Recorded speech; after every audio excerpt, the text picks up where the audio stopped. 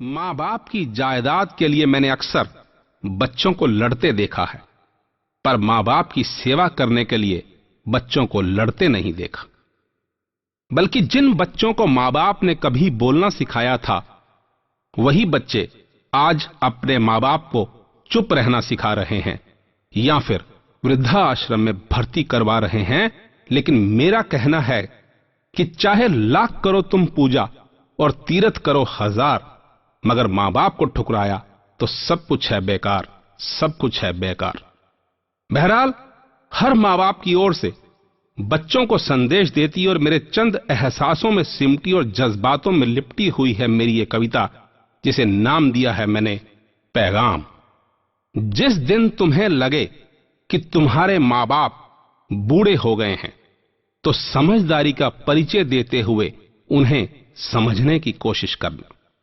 अपनी परेशानियों में अगर भूल से भी उनसे कोई भूल हो जाए, तो गुस्सा करने की बजाय अपने बचपन की शरारतें याद करना।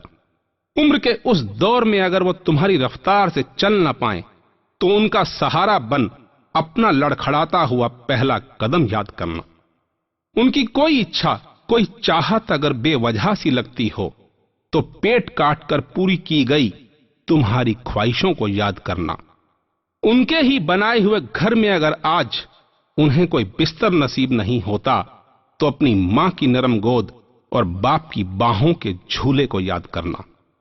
उन्हें मां बाप कहने में अगर शर्म आती हो या कोई ऐतराज हो, तो अपनी रगों में अपने बाप का खून, मां के दूध को याद करना।